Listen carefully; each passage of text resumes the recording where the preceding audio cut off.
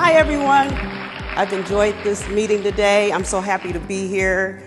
I'm going to talk to you about self-elevate. That type of grief impacted me to the point where I thought I was going to die along with them.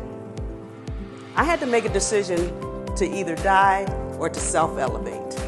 And that's why I give the message, if I can do it through the grief that I was dealing with, the loss of my mother and my sister, I know anyone can self-elevate through their life circumstance.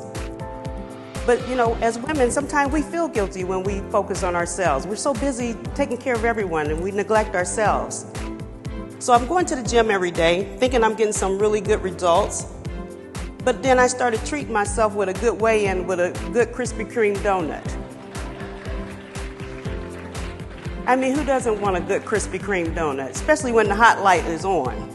That's why I give the message in my book, Self-Elevate, A Woman's Journey to Empowerment, where I share this story and other stories just to encourage and inspire you to self-elevate yourself to the next level. I love the fact that you talk about self-elevation, but it started from a very painful place. Can we share that today? I lost my mom and my sister within a week of each other. And I was experiencing some terrible grief, and I knew in order to try to deal with the grief and overcome that I had to find something that I could do in order to be better for myself.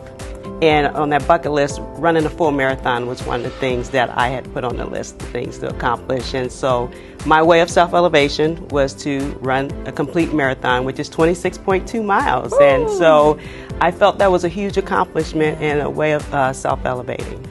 Karolyn, what a powerful message. You are an overcomer. You are a champion. Thank you for that powerful message of how to self-elevate, how to look depression and doubt and lack of confidence in the face and say, I am more than that. I am enough.